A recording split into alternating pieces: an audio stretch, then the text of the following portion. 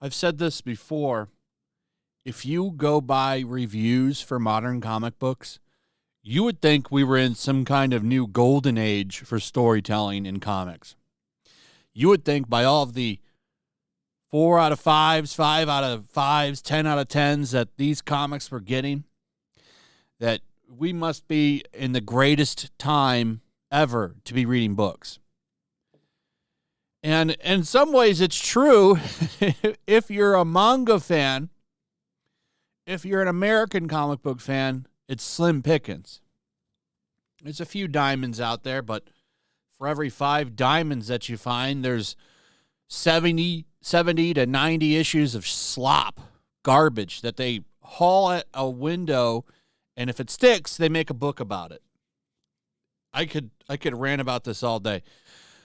But back to the original point, the reviewers constantly give these awful books good reviews. Remember New Warriors, the rebooted New Warriors that they were going to do? They never released it. Oh man, that was crazy fun when they talked about that. That book never came out. But if it had come out, it probably would have gotten rave reviews. And we kind of have some confirmation of this now, thanks to Hogwarts Legacy. So this person says this. This is from Moby Dick Girl. She says, IGN's review of Hogwarts Legacy is very weird because it reads like they wanted to give it a bad review, but weren't allowed to. Which I don't see that. I thought the review was actually pretty good for the game. But we get this from Message Gun Kelly, who apparently worked at IGN and reviewed their comic books. He says this: video games aren't really my lane, but when I was reviewing comics for IGN about 10 years ago, we were in fact not really allowed to give bad reviews. That says a lot. Confirms what we already know. They're shill media. This is why we call them shill media. We call them that because they shill. They don't give you honest reviews. They have no integrity. You just saw it in my last video where I talked about how Wired gave Hogwarts Legacy a 1 out of 10. But now we have this. Confirmation that that's really going on. IGN, let me tell you about their comic book shit. You would think, like I said, we are in the greatest age of comics. So this says a lot, to be honest. And it's not honest, and it's not helping anybody. A lot of these people want to get into comic books or Marvel or DC. They want to go work for them. It's the same, actually, with all of the nerd outlets. This is why a lot of the people that you saw riding Naughty Dog's dick so hard ended up getting jobs at Naughty Dog or at some other company. They don't want to really trash anybody because they want to work for them. And it's kind of like that with comics, too. I don't know why you would want to go work for the mainstream comic book outlets anymore. There's no money there. You're better off being an independent creator. Ask Eric July and Ethan Van Sciver, who make tons of money in comics.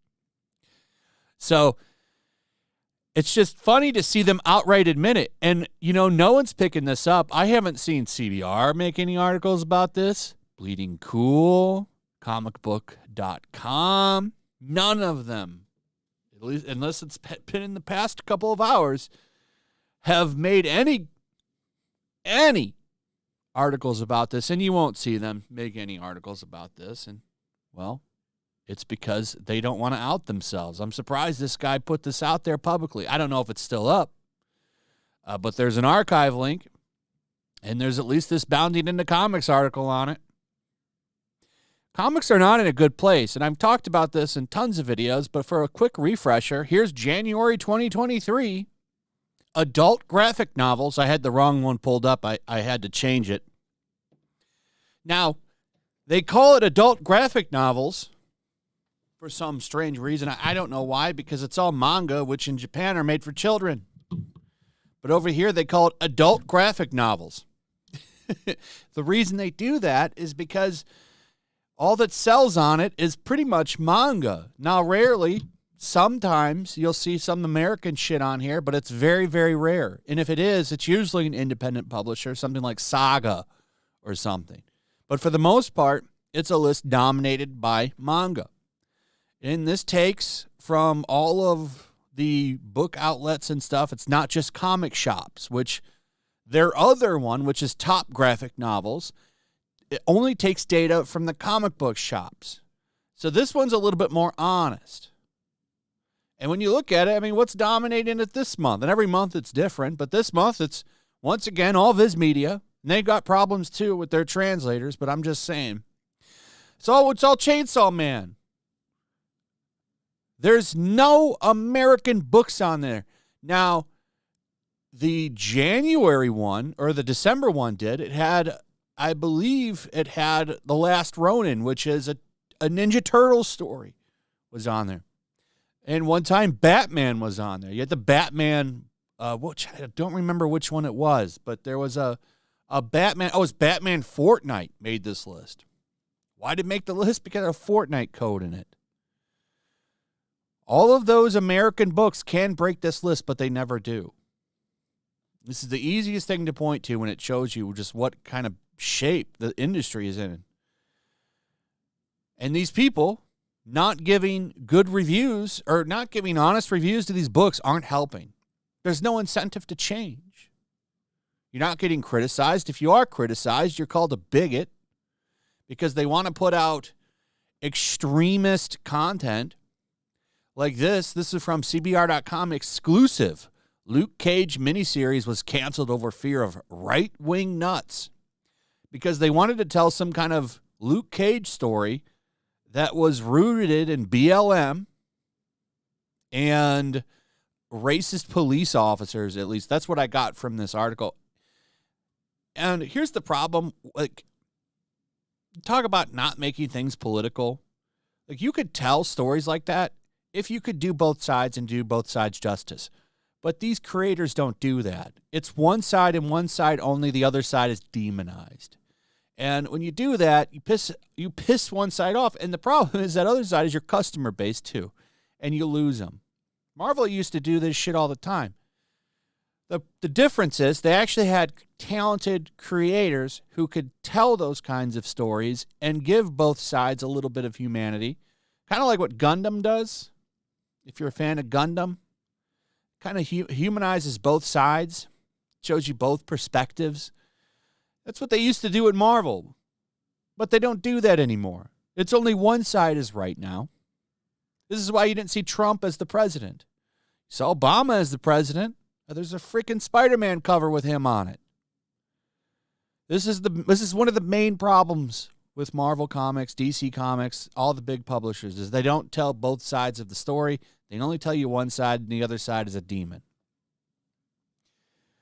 But anyway, before we go, just a real quick, when things happen in the modern day comics, usually you're going to see that happen in the MCU. Guess who's the leader of the Avengers in the comic book, The Avengers?